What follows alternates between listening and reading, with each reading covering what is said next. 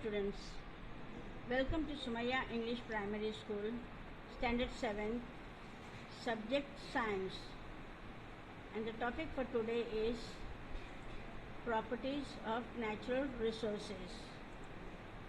Now, what do you mean by natural resources?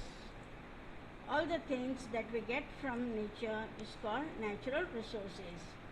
For example, air, water, soil, etc.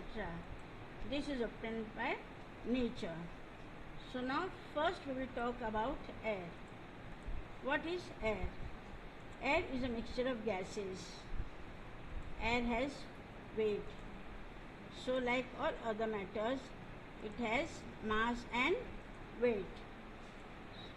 So now let's go out for some fresh air.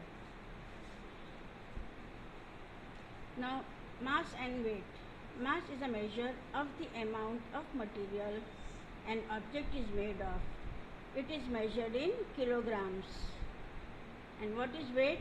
Weight is the force of gravity on an object. It is measured in newtons.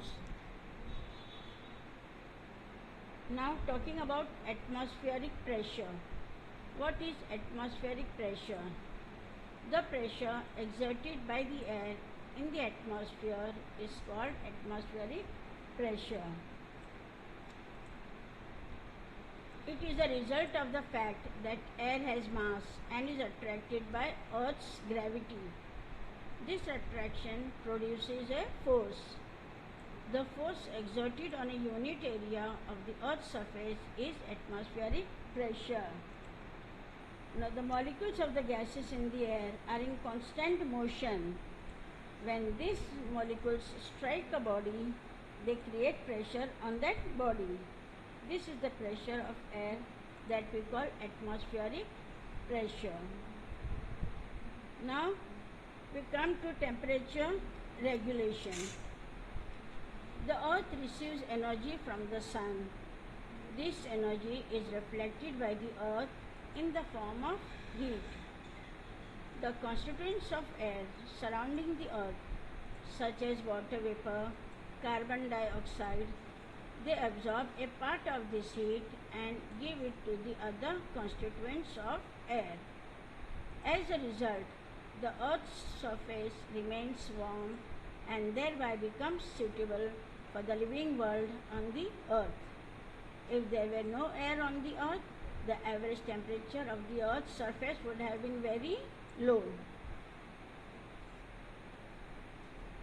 Now we come back to the point transmission of sound. All the sounds that we hear reach us through the surrounding air. The density of air also changes due to change in its temperature. Now in winter, the density of the air increases. We can hear the whistle of a distant train clearly early in the morning in winter. Air is useful as a medium for transmission of sound. Now the next natural resource is water. So now what are the properties of water? So water occurs in liquid state under ordinary conditions. Water is a fluid substance. Water does not have its own shape but has a volume. It can pass through small holes or seep through very small gaps or cracks. On pouring water in an oil-cladded dish, water does not spread but forms small round drops because of the oil. Now what is density of water? The interrelation between the volume and mass of a substance, the space occupied by a substance, is its volume. The stir of matter in a substance is its mass. So we can say that density is equal to mass upon volume. Mass is measured in grams and volume is measured in cubic centimeters. Hence, density is equal to gram upon cubic centimeters. Hence, gram upon cubic centimeter is the unit of density. If the mass of 1 liter of water is 1 kilogram, then you can calculate the density of water. Now, talking about anomalous behavior of water. Usually, when the temperature of a substance is lowered, its density increases as the volume decreases, but water is an exception to this rule. Now, when you keep a glass full of water in the fridge for 5 to 10 minutes, then take it out, what do you observe? From which part in the glass does the water start freezing? That you have to experiment it and observe and write it down in your notebook. The density of water is peculiar, it is strange. When water at normal temperature starts cooling, its density increases like that of most liquids. However, if its temperature falls below 4 degrees centigrade, its density starts decreasing. This means that the density of water is maximum at 4 degrees centigrade. If the temperature of water is lowered below 4 degrees centigrade, its density decreases and volume will increase. It means that water expands when the temperature falls below 4 degrees centigrade. This is called anomalous behavior of water. Now, when you put salt in the water, its particles spreads in water and the salt gets dissolved in water. Slowly they become smaller and smaller, and ultimately they become so small that they cannot be seen. That is, they mix completely with water. This is what we call dissolving. So the substance that dissolves, which substance has been dissolved? Salt. So salt here is solute, and the substance in which the solute gets dissolved, it is called solvent. And which is a solvent over here? Water. Now, solution. What we get when the solute dissolves in the solvent, that becomes the solution. Now we are having the solution of salt and water. Now coming back to the third natural resource, soil. So we will talk about properties of soil. Now color is an important property of soil.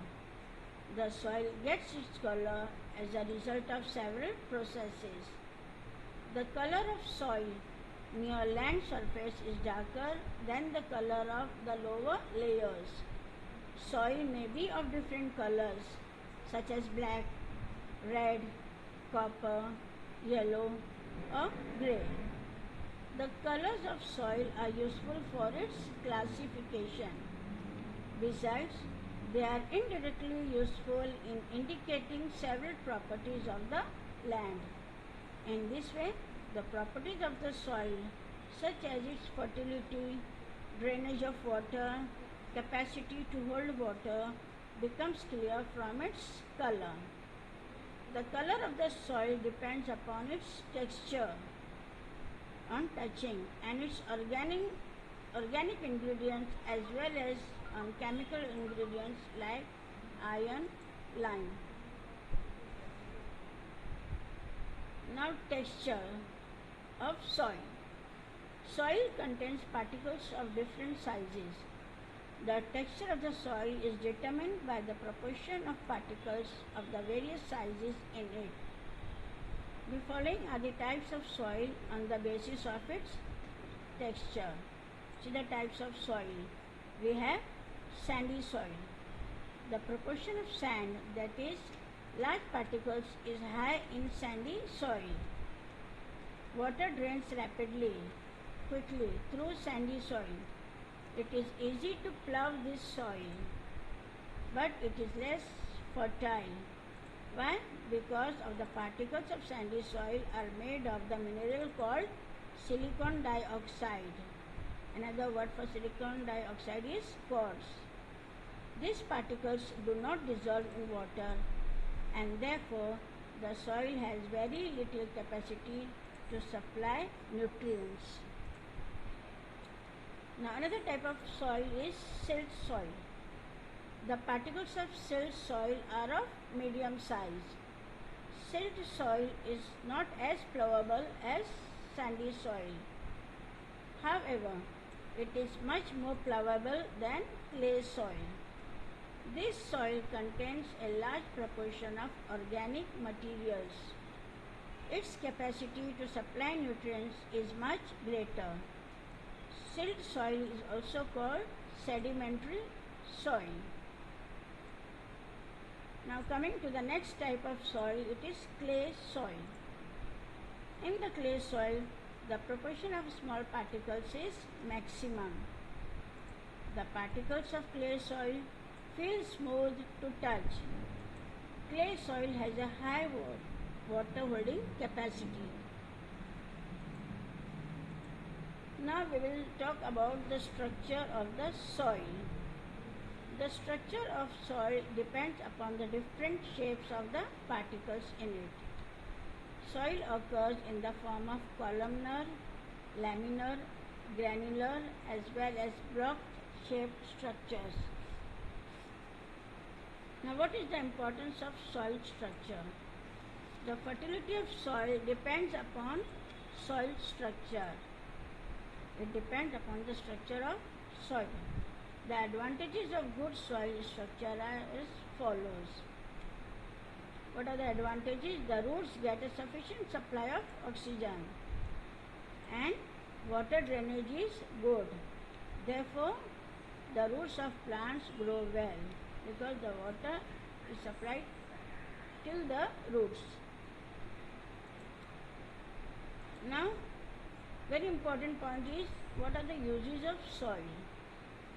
What is soil used for? It is useful for plant conservation. It helps the plants to grow. Without soil, we cannot grow plants. Then we have water conservation. Now, soil helps to hold water.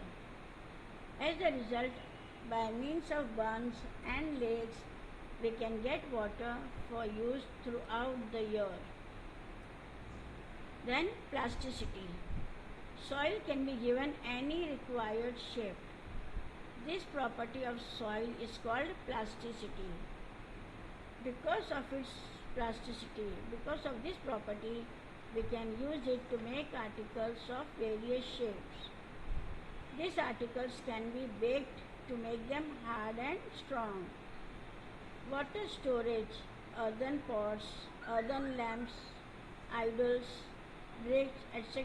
are the articles which are made from soil. Now there are some very useful types of soil. They are china clay. We also call it kaolin.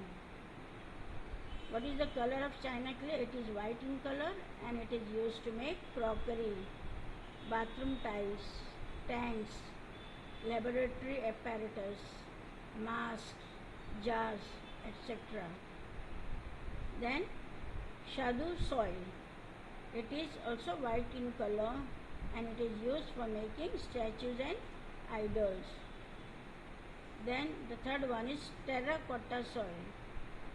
This soil is red in color and it is used to make decorative articles and pots which are used for growing plants. All these are made from terracotta soil.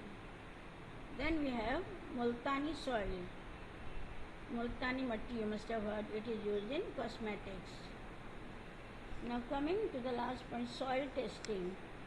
How is soil tested? The proportions of the various ingredients of soil can be determined by soil testing.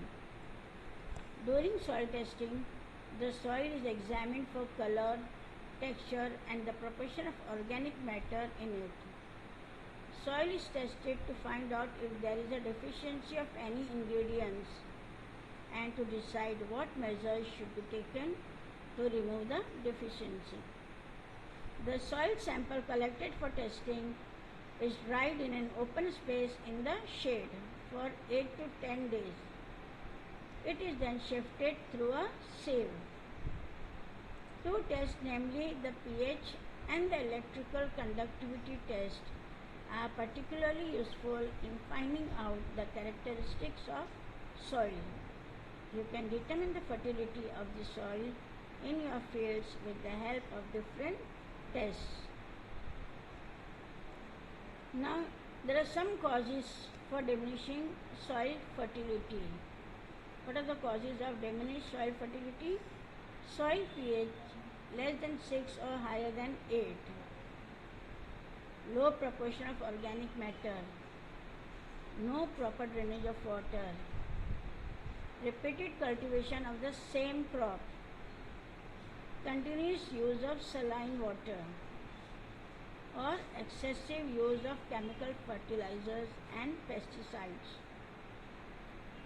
I hope you have got all the concepts clear. Thank you.